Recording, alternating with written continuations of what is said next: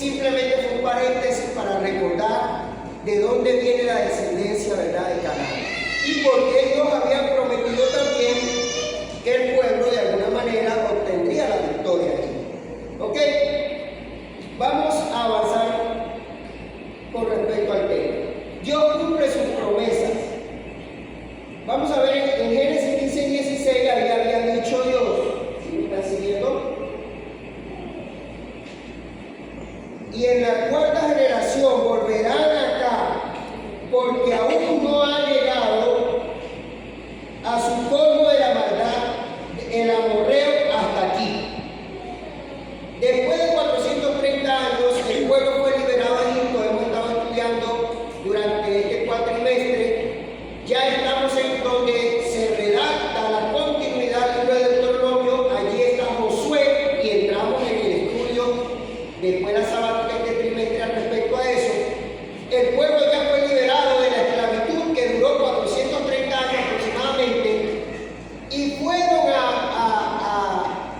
conquistar la tierra donde Moisés no pudo entrar, porque Moisés iba a entrar a la tierra, pero no pudo entrar.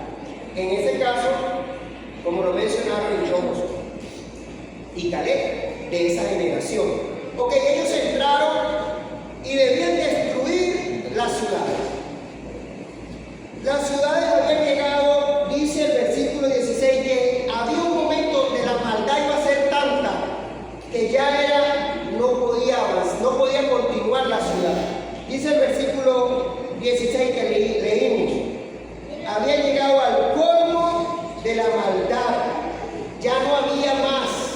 Había tanta maldad allí que no había más. Y saben que Dios es justo.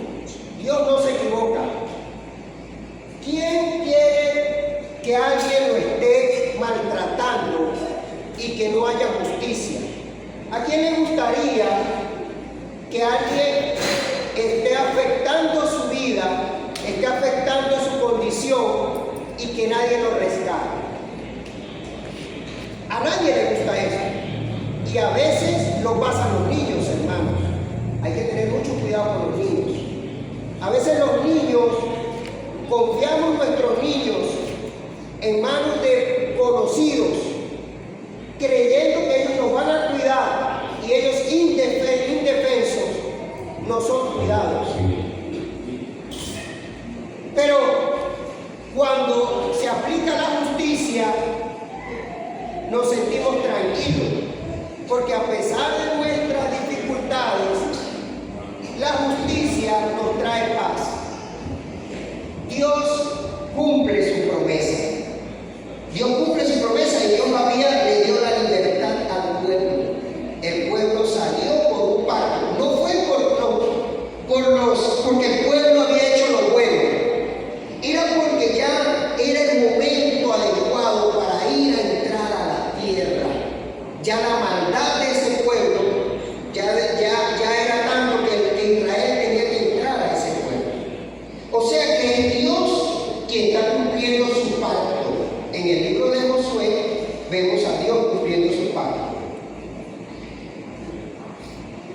La paciencia divina se manifestó durante 400 siglos, 400 años o 430. Tiempo en el cual ofreció amplias oportunidades para el arrepentimiento a las naciones cananeas, antes de que su juicio se ejecutara en Canaán. Su longanimidad es ciertamente extraordinaria, pero no es infinita. Dios te da la oportunidad de cambiar cosas, pero no quiere decir que siempre va a ser así, va a llevar un colmo. Como la sociedad le da oportunidad a personas para que cambien su actitud, le ponen a lo mejor una multa, le ponen alguna pena, y la persona quizás aprende y ya no hace más. Pero si no aprende, la autoridad, la ley está hecha para juzgar y darle algo mayor. En algunos países es hasta pena de muerte, ¿verdad? ¿Okay? ¿Por qué? Porque hay que dar oportunidad para el cambio. Cuando Jehová, tu Dios, haya destruido delante de ti las naciones, guárdate de que no tropieces yendo en pos de ellas, ni preguntes acerca de sus dioses. Deuteronomio 12, 29, 32. El pueblo no debía identificarse con las culturas de estas naciones. La obediencia inquebrantable a Dios era fundamental para salvaguardar a Israel de la corrupción moral, espiritual que prevalecía en las culturas paganas circundantes. Dios nos llamó a ser luz y sangre en esta tierra. En medio de la oscuridad que lleva nuestras vidas por las diferentes cosas que nos pasan, Dios nos llamó a iluminar, a guiar a las personas a ser un foco de luz. Pero también nos llamó a darle sazón a esta sociedad. Nos llamó como sal. Cuando usted se come algo sin sal, bueno, algunas personas ya le quitan la sal cuando está muy enfermo y le dicen ya tiene que comer bajo de sal. Pero cuando usted no tiene estas restricciones médicas y usted come algo sin sal, ¿será que a usted le gusta? ¿Quiénes de los que están aquí les gusta la comida sin sal? 1, 2, que no tenga nada de sal. Nada de sal, ninguna sal, ok. ¿A quiénes les gusta que tenga sal, que tenga un saborcito así a sal? La gran mayoría, ¿verdad? De hecho, cuando usted no tiene sal, usted dice, aunque sea el vecino, le dice, oiga, ¿será que me puede regalar un poquito de sal? Discúlpame, pero es que no tengo sal para cocinar. La sal le da un sazón diferente. Allá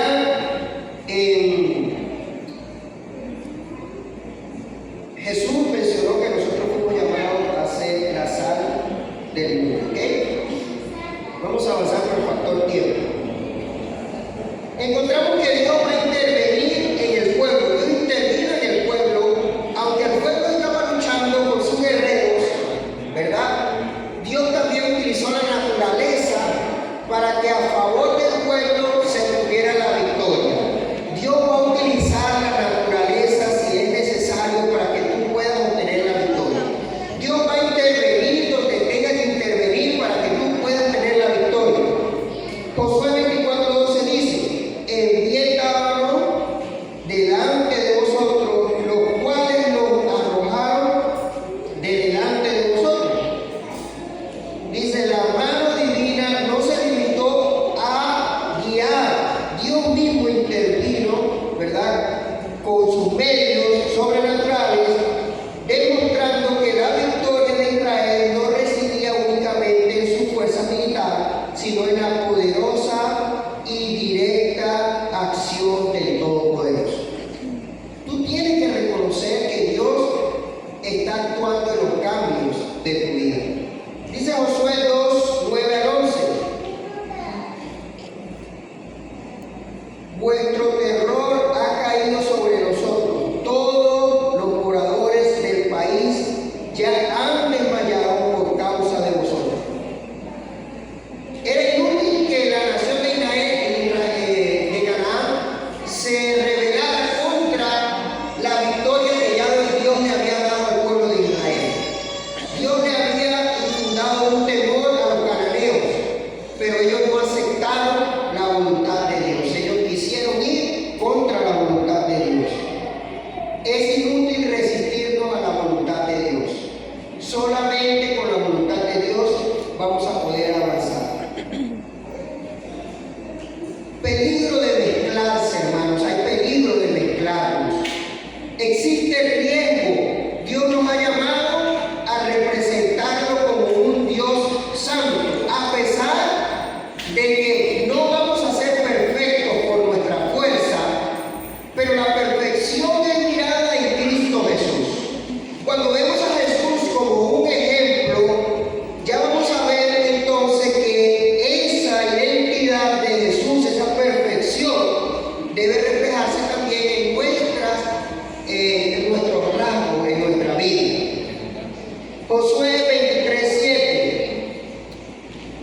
que no os mezcléis con estas naciones, ni hagáis mención de los nombres de sus dioses. La nación de Israel, a pesar de que fue a luchar y ganó el nombre de Dios, y estaba en ese lugar ya venciendo por la ayuda de Dios, no debía mostrar interés en lo que ya Dios le había designado, no debía mostrar interés en las prácticas paganas de aquellas naciones. ¿Saben qué hacían aquellas naciones? Sacrificaban a sus hijos, los hacían pasar por fuego, los dedicaban a sus dioses. ¿Aquí en qué cabeza cabe que sacrificar un hijo es algo bueno para un Dios? Sacrificar o hacerlo pasar por fuego. ¿A quién puede caber en la cabeza que hacer esto es algo grato para un Dios? Solamente la sangre de un cordero que era inocente se había enseñado a la nación que ese cordero, la sangre que es la vida, era la que iba a regresar a la humanidad la oportunidad de vivir eternamente, o sea, de acercarnos a Dios. Y por eso Jesús viene con un sacrificio para nosotros. Ese era el único sacrificio que debía enseñarse, que alguien iba a venir inocentemente a morir por nosotros, pero no, Dios nunca enseñó que nosotros debíamos dar a nuestros hijos como sacrificio de Dios. Pero las naciones cananeas habían invertido lo que Dios había dicho. En vez de sacrificar un animal inocente, sacrificaban sus hijos a sus dioses. Esto era grave. Dios nunca había dicho eso. Dios no quiere que invertamos lo que Él ya nos ha dado. Ok, estamos en la parte final y voy a hacer un llamado en esta hora, porque es necesario que ese anatema, eso que debe ser entregado para destrucción en nuestra vida, sea entregado. Reconocer profundamente, debemos reconocer que es imperativo, es una orden, examinar nuestras vidas con honestidad, una honestidad radical, identificando el pecado sin excusa ni atenuantes y confrontando su presencia. Hay cosas que deben cambiar en nuestra vida, hermano. Hay cosas que no pueden seguir a nuestro lado, aunque las hemos abrazado por mucho tiempo. Ya es momento de dejarlas, y solamente Dios puede ayudarnos. Debemos consagrar esas cosas a la destrucción total.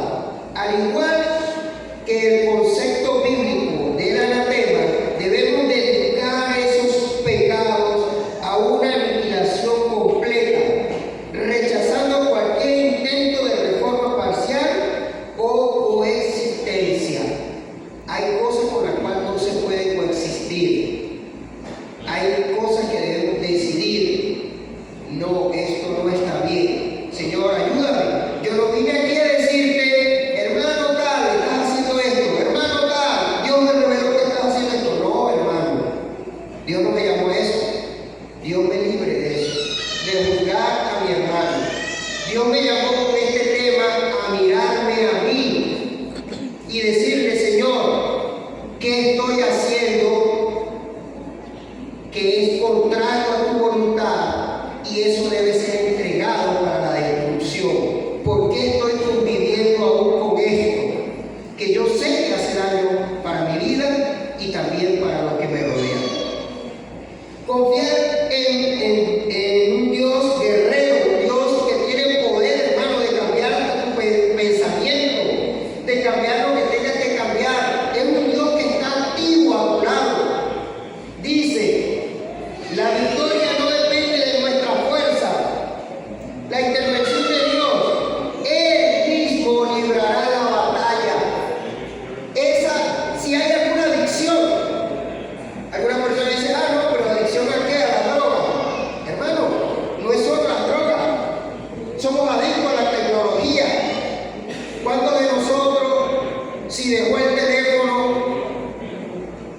ahí mismo se da vuelta porque no puede pasar 10 minutos, 15 minutos, 20 minutos, 30 minutos sin el teléfono.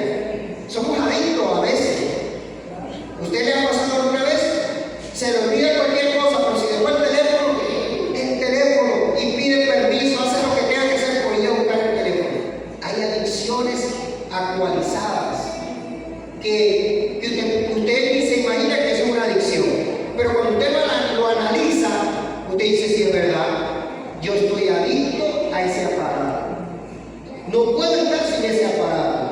Pero Dios puede intervenir para liberarte, para darte la libertad a esa adicción. O cualquier otra. Estamos mencionando una que puede llegar a la mayoría. Adictos a las redes sociales. Si no te dan like, si no están allí, tú te sientes mal, te deprimes, porque no estás allí, no ves que la gente te da y si no lo bloquea, porque te hace ahí si ni siquiera te da like. Adictos actuales a las redes sociales, adictos. Esa es una realidad, pero Dios puede liberarte de eso. Dios puede darte la libertad. Dios peleará a tu lado. Brillar como una luz pura, una luz que viene como la luna. La luna refleja lo que el sol le transmite. Nosotros tenemos que reflejar la luz de Cristo. Nosotros tenemos que ser esa luna que refleja a Cristo, que las personas vean a nosotros, nos vean y puedan ver a Cristo. Eso no es fácil. Eso no es fácil y eso no quiere decir, yo no estoy diciendo que ya ustedes pueden ver en mí a Cristo, no. Ojalá que sí. Ojalá que sí. Ojalá que sí. Pero no es presumir que yo soy esa luna que ya refleja a Cristo, no, pero Dios sí quiere que tú seas el que refleje la luz de Cristo. Dice, nuestra radical santidad se transforma en un testimonio vibrante, revelando la majestuosidad de Dios a un mundo sediento de verdad y de esperanza. Hermanos, aunque no seamos perfectos, aunque el único perfecto es Cristo, hemos sido llamados a sacar aquello que estorba de manera personal, que está mal, y entregado a Dios. ¿Para qué? Para que sea erradicado en nuestra vida. Pero yo no he sido llamado a juzgarte a ti en tu problema o en tu dificultad. Sí he sido llamado a que mire primero la viga que está en mi ojo. Y luego de eso voy a ver que lo que te miraba aquí era una pajita pequeñita. El problema estaba en mí, no en ti. No he sido llamado a señalar. Quiero pedirte esta hora, si tú crees que debes tener una intervención divina, un Dios que te creó para resolver algún problema que tú no has podido resolver, porque tú sabes que no has podido resolver, y crees que Dios puede, así como pudo intervenir con la nación y hacerlos victoriosos. Si tú crees que Dios puede hacerte victorioso en ese problema, yo quiero pedirte en esta hora, para entonar nuestro himno, que te coloques de pie. Si tú crees que Dios puede, ¿verdad?, darte la victoria, yo quiero invitarte, querido hermano, en esta hora, a que te coloques de pie, en el nombre del Señor. Amén. Y que la victoria no sea por tus fuerzas, y que no sea por tus beneficios o por tu inteligencia, sino que esa victoria tú reconozcas que fue Dios, y que digas, en una predicación yo acepté de manera personal, los demás no sabían cuál era mi problema, pero yo sí lo conocía, yo acepté de manera personal que debía cambiar algo, no tenía muy claro que ese pecado debía ser entregado para la destrucción, y lo entendí que debía ser destruido, porque si no yo iba a ser destruido con ese pecado, porque esa familia fue destruida, y porque si tú no dejas ese pecado, no vas a poder avanzar, no vas a poder vencer. La nación estaba perdiendo porque había anatema, porque había un problema que no se había entregado a la destrucción, así sea algo animado o inanimado. Eso debía ser destruido, ya Dios había dicho que debía ser destruido. Hay cosas en nuestra vida que deben ser destruidas, pero eso es algo personal. usted y yo tenemos que decirle, Señor, aquí está, destruye esto que es un anatema, que es un obstáculo. Yo quiero vencer el nombre. El himno es el 236. Himno 236.